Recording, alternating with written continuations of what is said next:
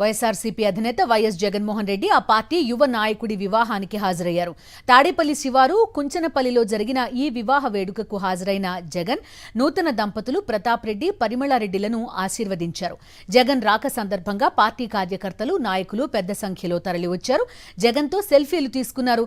జగన్ వెంట మంగళగిరి నియోజకవర్గ party in charge Vemareddy, MLC Lella Appireddy ఉన్నారు. జగన్ రాకతో ఆ ప్రాంతమంతా కార్యకర్తల కోలాహలంతో మార్మోగింది.